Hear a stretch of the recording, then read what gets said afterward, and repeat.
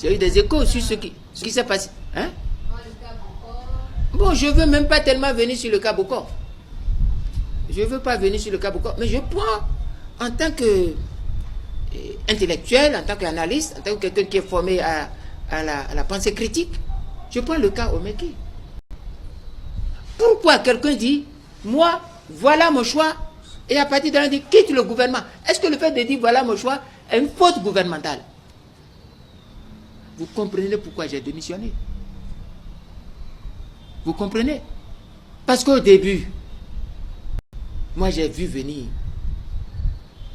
j'ai vu Patrice Talon au gouvernement, je l'ai vu en conseil des ministres, j'ai vu son comportement, j'ai vu ses déclarations, j'aurai l'occasion de dire tout ça, preuve à l'appui.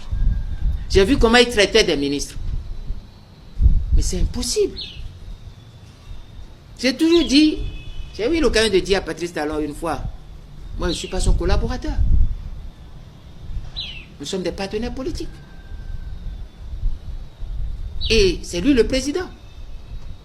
S'il veut faire quelque chose, il a l'attitude de faire. Mais c'est ce que je veux faire, dans ce que lui veut faire, que moi je veux faire. Parce que ce que je veux faire doit être conforme à ma conviction, à mon éthique de vie, à la conception que j'ai de moi en tant qu'humain. Éducation, histoire, fierté. Mais si je ne suis pas d'accord, ce n'est pas à moi de m'imposer à lui. Si je ne suis pas d'accord, je m'en vais. C'est tout. Et c'est ce que j'ai fait. Donc, vous comprenez le danger. Ce qui s'est passé, je vais vous dire quelque chose que vous pouvez écrire, ça va se passer.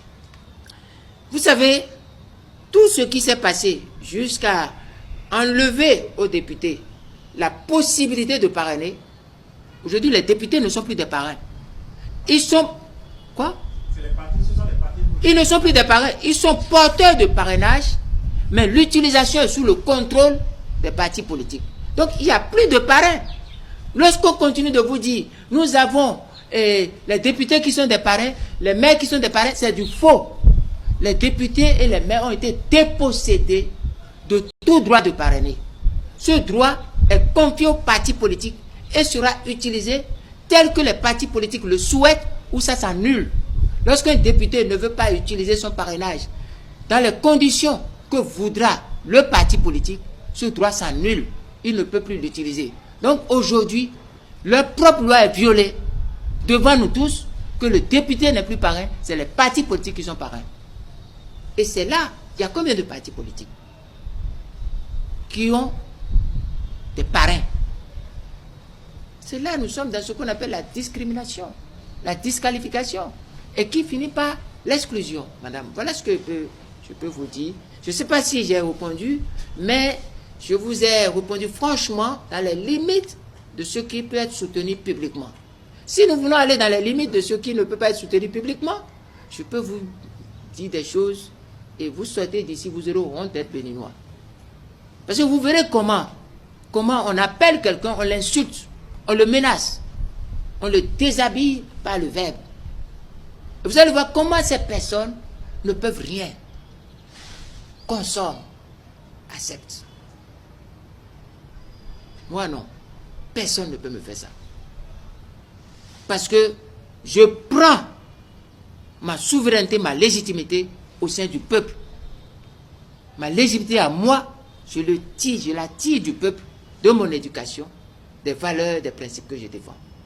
Personne ne peut m'arracher cela par les privilèges du pouvoir, quelques strapontins ou par des démonstrations. Et puis il y a autre chose, hein. C'est pas parce qu'on est élu président qu'on est encyclopédiste. Pas du tout. Les Grecs ont réglé cette question. C'est pas parce que Patrice Talon est élu président qu'il devient l'Aristote du Bénin. Non, pas du tout. La preuve, s'il était si aristotélicien, il n'allait pas mettre des statues, aller faire photo devant, et quelques jours après, alors que j'ai dit que ce n'est pas là, on déplace la statue, on remet ça à un carrefour, le statut va encore quitter là. Soit par lui-même, soit nous, on va enlever ça de là. C'est une aliénation identitaire, une escroquerie touristique et un non-sens historique. Voilà, j'ai répondu à votre question en débordant un peu sur des choses. S'il y a d'autres questions, voilà. 2016 au Bénin. Au vu de ce code électoral et de tout ce que vous venez de dire, de démontrer, peut-on aller aux élections face à Patrice Talon, où son appareil, son système est gagné? J'imagine votre réponse parce que dans vos sorties précédentes, vous avez dit à peu près répondu. Mais alors, comme le dit votre thème, il est impossible de gagner les élections générales de 2026 avec ce code électoral. Alors, qu'est-ce que vous préconisez